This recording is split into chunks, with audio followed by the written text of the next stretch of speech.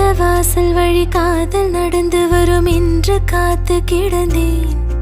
அது வானில் பறந்து வந்து கூரை திறந்து வரும் என்று இன்று தெளிந்தேன். தாவி வந்து என்னை அணைத்த போது இந்த சல்லி வேர்கள் அருந்தேன்.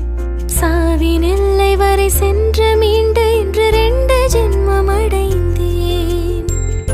துடிக்கும் உதடு கொண்டு